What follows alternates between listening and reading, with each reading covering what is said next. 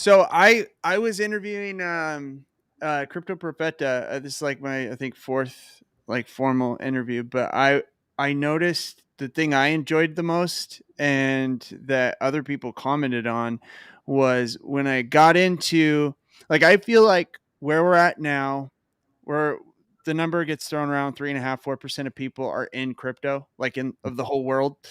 population, and so we're in balls deep. We're way into crypto, obviously, you and I. But Mhm. what led? I feel like most people that are in crypto are kind of hustlers. They they're into flipping things, like buying something, selling it, or seeing an opportunity to start a business. And I know you're programmer. Is that Mhm. correct? Yeah. Yeah. But are you that type that has always been one to see an opportunity and or a scheme or a hustle here, there, because it kind of seems like it. Even starting a YouTube channel's like it doesn't pay off for a long time, right? Yeah. Yes. Depending on what you're even looking for, it may not pay off. It may not pay big, big numbers and all that stuff. But tell me about like growing up. What was that like for you? Like the mindset that ultimately led you to crypto. Yeah. So I've always been like into starting businesses, even like when I was, I guess you would say, in high school. Like I would sell like candy and stuff in the middle of class. That's what Like Crypto Perfetta did. He yeah, started selling candy at school. That's selling awesome. candy in school, and then I like tried to make some albums, some hip hop albums, and then I tried Oh, to make nice. like some games too. Like remember when Flappy Birds came out? I tried to make Yeah. like my own version of Flappy Birds and with like advertisements before. I try to do advertisements on Instagram and How did advertisements. that go? I did it before Instagram even did advertisements themselves. So I would just like Oh, contact comedians and stuff and be like, "Go, can you put my video on your page?" Yeah, put my interesting. app on your page. Yeah. So I had to like do real guerrilla hustling for it. So then I got Yeah. into crypto in like let's say 2017.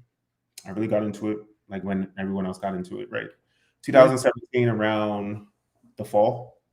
I put a lot of money in it. I spent like 10 hours a day studying it. And then I held on until the middle of 2018.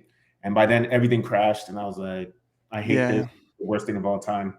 So then I didn't pay attention to it again until like the beginning of 2020, like 2019. I started Mhm. paying attention to it again. I was like, okay, yeah, it crashed last time, but the fundamentals are still there. The fundamentals are still good.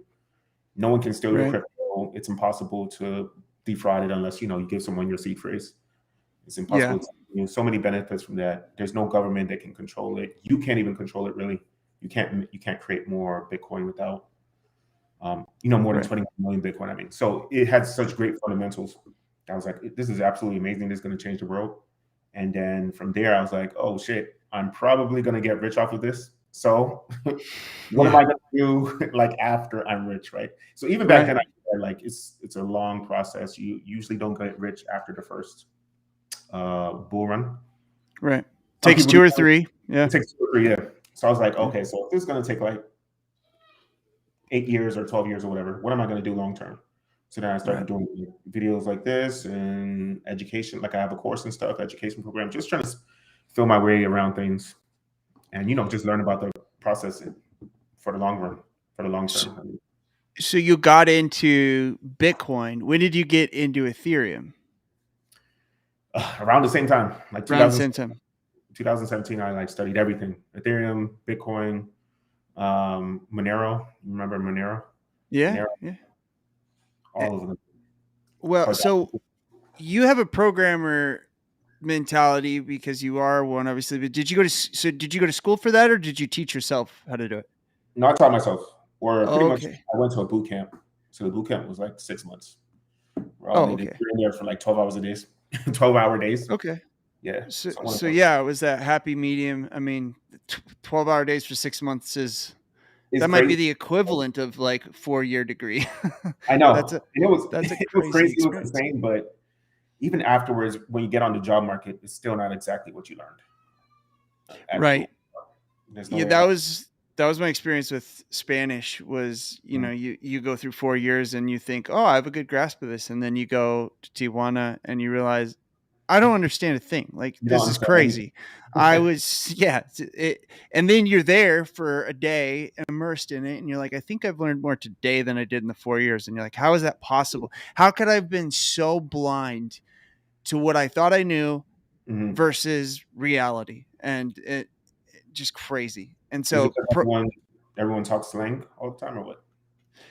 that was a big part of it was slang, and then practicing with other, uh, gringo's not a bad term, but Mhm.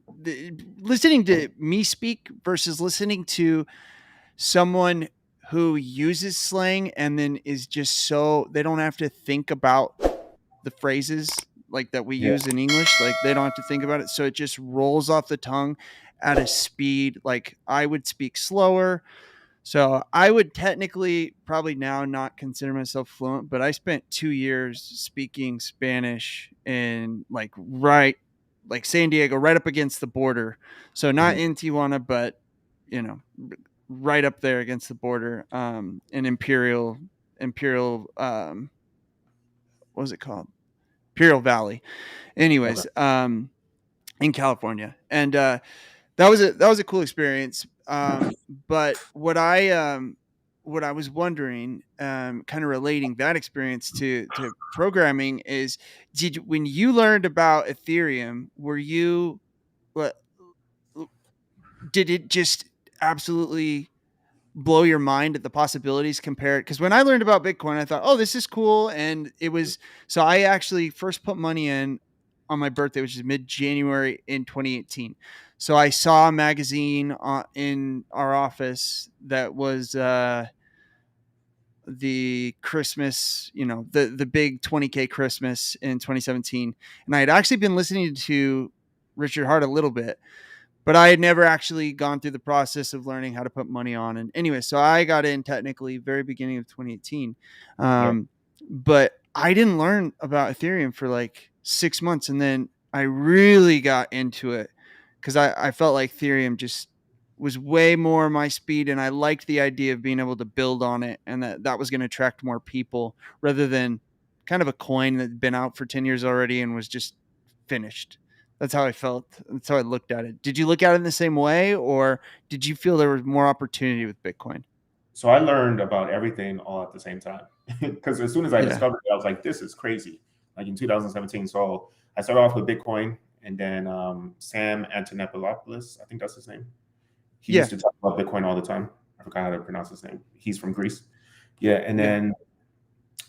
then as soon as I got into Bitcoin, I got directly into Ethereum. Then I got into Cardano because I was like, "Oh, Cardano is like the Ivy League of Ethereum, like Ivy League version." So I went into that.